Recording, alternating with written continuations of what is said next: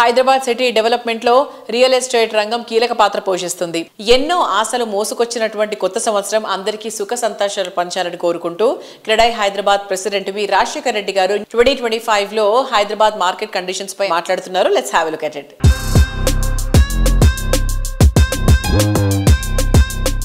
Hi sir. Yeah. How are you sir? All fine. So 2024 లో మన reality sector అనేది కొంచెం డౌన్ ఫాల్ చూసాము. 24 ఎండ్ లో అనేది పికప్ స్టార్ట్ అయింది. So how is going to be in 2025 sir? ఇది ఎలా ఎక్స్పెక్ట్ చేయొచ్చు?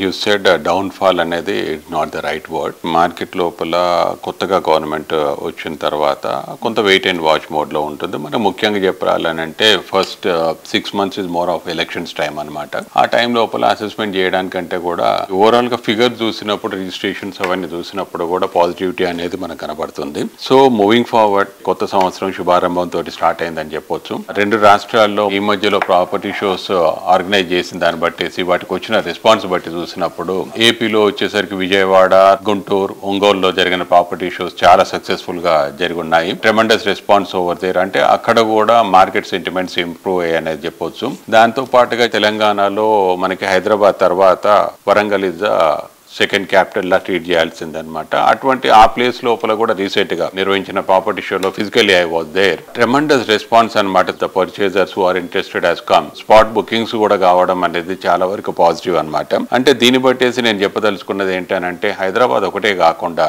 తెలంగాణ వ్యాప్తంగా 2 tier సిటీస్ లోపల కూడా చాలా వరకు పాజిటివిటీ అనేది ఉంది. So that is going to really help a lot in the coming years. మీరు ఇప్పుడు HCSCలో జాయింట్ సెక్రటరీగా ఉన్నారు కదా, మీ సైడ్ నుంచి ఎలాంటి ఇనిషియేటివ్ తీసుకోబోతున్నారు సార్?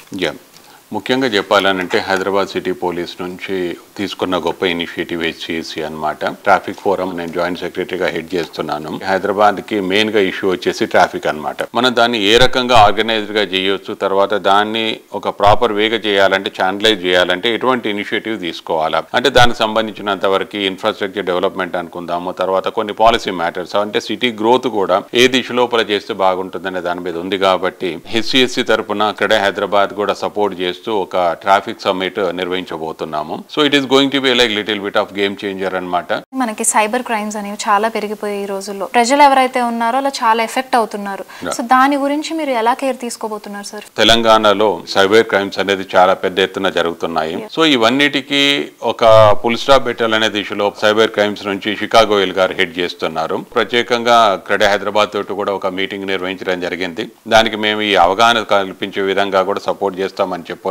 సో దాంట్లో ఒక భాగంగానే సృజన్ మీడియా నుంచి కూడా 10 to 11 ఛానల్స్ ద్వారా ఎవ్రీ సాటర్డే సండే లోపల అవగాహన కల్పించే విధంగా అంటే ఎలక్ట్రానిక్ ఛానల్ ద్వారా కూడా వాళ్ళ వైపు నుంచి ఏదైనా గైడెన్స్ ఉన్నా కూడా పబ్లిక్ లోపల రీచ్ అయ్యే విధంగా కూడా చేయాలనే ఆలోచనతో చేస్తున్నాము. మీకు సైబర్ క్రైమ్స్ కు సంబంధించినంత వరకు ఏ రకమైన ఇబ్బంది కలిగినా భయపడకుండా 1930 అనే నెంబర్కి మీరు డయల్ చేసినప్పుడు ఇమీడియట్ గా వాళ్ళు రెస్పాండ్ అవుతారు. మీకున్న ప్రాబ్లంను అర్థం చేసుకొని ఏ రకంగా దాన్ని సాల్వ్ చేసే విధంగా కూడా సహాయ సహకారాలు అందిస్తారు. తప్పకుండా అందరూ కూడా దాని గురించి అవగాహన పెంచుకోండి. మీకున్న ఇబ్బందులను కూడా తొలగించుకునే అవకాశం ఉంటుంది.